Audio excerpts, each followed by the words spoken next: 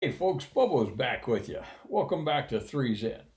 So this is one of those stories that I heard. Oh, I've heard this story for years, and I cannot tell you with a degree of certainty whether it's true or not. It might be one of those urban legends that popped up and gets passed from one generation to another, but it's worth listening to at any rate.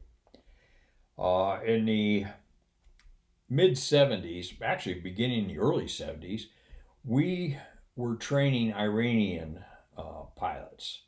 These guys would come over from Iran, spend 6 weeks down at Lackland going to language course, and then get farmed out to the various UPT bases throughout the South.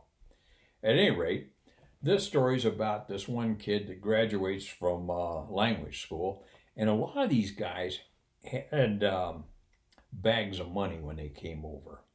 So this kid graduates from the language school at Lackland there and goes down into town. He buys a van, brand new van, Chevy van. And as I heard the story, he hops in the van one morning and takes off toward his pilot training base. I think it was Columbus. Could have been Craig, but I think it was Columbus. Doesn't matter.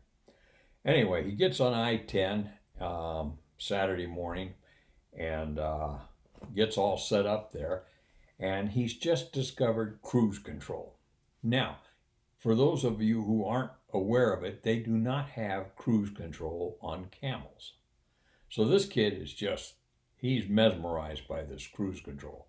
So he's out there at I-10 doing 60, 70 miles an hour and gets it all set up there and hooks up cruise control and takes his hands off, looks at it, puts his hands back on, driving along, takes his hands off.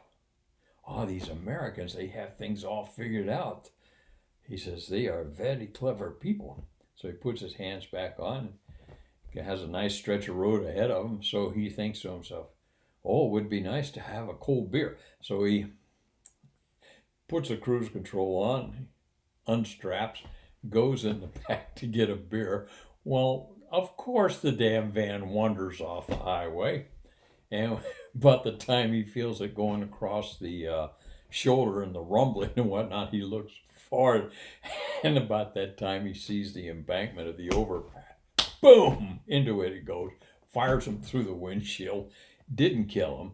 But anyway, it rolled him up into a ball quite a bit. He's laying on the ground. Stupid Americans. What are they thinking? At any rate, didn't kill him, but it sure messed him up to where he wasn't able to go to pilot training. Anyway, I don't know if that's an urban legend or not, but it just felt worth passing on to you here this Saturday morning. Good to see everybody. Whoa, base gear stuff.